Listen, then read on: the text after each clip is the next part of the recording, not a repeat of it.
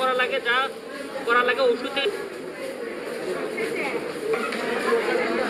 আসসালামু আলাইকুম। আজকে আমি আর আমার বন্ধু ইমামুল সহ রংপুর মেডিকেল কলেজ হাসপাতালে গিয়েছিলাম ডাক্তার দেখানোর জন্য। সেখানে গিয়ে সুহেশ নামে এক ব্যক্তিকে আমরা দেখতে পাই যে নিচে অসহায়ভাবে শুয়েছিল। তার পা পচে গিয়েছিল, দুর্গন্ধ ছড়াচ্ছিল।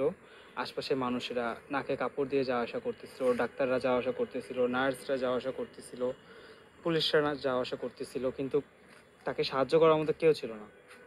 ব্যাপারটা দেখে আমার আর আমার বন্ধুর খুবই খারাপ লাগলো, যার কারণে আমরা তার কাছে গেলাম, তাকে জিজ্ঞাসা করলাম যে আপনি কে, আপনি কোথা থেকে এসেছেন। সে শুধু উত্তরে একই কথা বলতেছে, সে মুড়ি খাবে, তাকে একটু মুড়ি এনে দিত। তা আমি দেরি না করে আমরা তাড়াতাড়ি চটপট করে মুড়ি আনতে চলে যাই। আমরা মনে করি তার হয়তো খুবই খিদে পেয়েছে, তাই আমি মুড়ি কিনে তাকে দিয়ে বলি আপনি এটা খান, আর আপনার সম্পর্কে আমাদের বলুন যাতে আমরা আপনাকে সাহায্য সহযোগিতা করতে পারি। তাই তাকে জিজ্ঞাসা করলাম যে আপনি কোথা থেকে এসেছেন, কে। সে এগুলোর উত্তর কিছুই দিতে পারে না, শুধু সে বলল যে তার একটি ছেলে আছে এবং তার মা আছে। তারপর আমরা তাকে বললাম যে আপনি একটু এখানে অপেক্ষা করুন, আমরা হাসপাতাল কর্তৃপক্ষের সাথে কথা বলতেছি। তারপর আমরা হাসপাতালের উপপরিচালকের সাথে কথা বললাম, তিনি আমাদেরকে বলল যে রোগীকে ভর্তি করানোর জন্য। তারপর আমরা নিচতলায় জরুরি বিভাগে গেলাম, সেখানে রোগীকে 14 নং ওয়ার্ডে তারা ভর্তি করে নিল। তারপরে আমরা তাকে স্ট্রেচারে তুলে 4 তলায় 14 নং ওয়ার্ডে নিয়ে যাই এবং যাওয়ার সময় তার পাটা খোলায় নিয়ে যাওয়া হয়, ঢাকার কোনো কিছু পাওয়া যায়নি।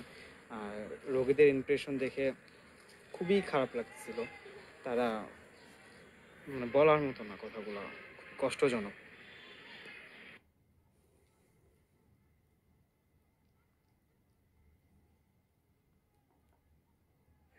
এরপর নার্সদেরকে সব কিছু খুলে বলে তাদেরকে একটু মানবিকভাবে সাহায্য সহযোগিতা করার জন্য বললাম, যেহেতু লোকটার কেউ নেই।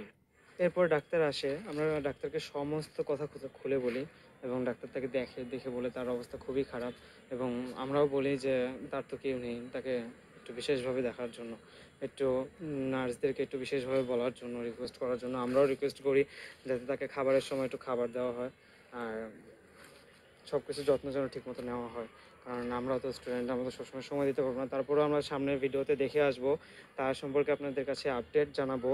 আপনারা নিজেরাও যদি কেউ পারেন তাকে একটু গিয়ে সাহায্য সহযোগিতা করে আসবেন, কারণ যদি কখনো কোনো ওষুধের মানে প্রয়োজন যদি হয়, আমরা তো করবই, আপনারাও যদি সাহায্যের হাত বাড়িয়ে দেন তাহলে লোকটা একটু হলেও ভালো হতে পারবে, একটু হলেও সুস্থতার অনুভব নিতে পারবে, কারণ সবাই তো সুস্থ থাকতে চায়, সবাই বাঁচতে চায়। তা আপনাদের কাছে আমার একটাই অনুরোধ, ভিডিওটি ভালো ভালো যদি লাগে বা মনে যদি হয় যে না ভিডিওটা থেকে মানুষকে জানার দরকার, মানুষকে ভিডিওটা জানানোর দরকার, লোকটাকে বাঁচানোর দরকার, তাহলে ভিডিওটাকে বেশি বেশি করে শেয়ার করবেন এবং ভিডিওটাকে লাইক দিয়ে ভিডিওটাকে সামনে নিয়ে যাবেন। ধন্যবাদ। আল্লাহ হাফেজ।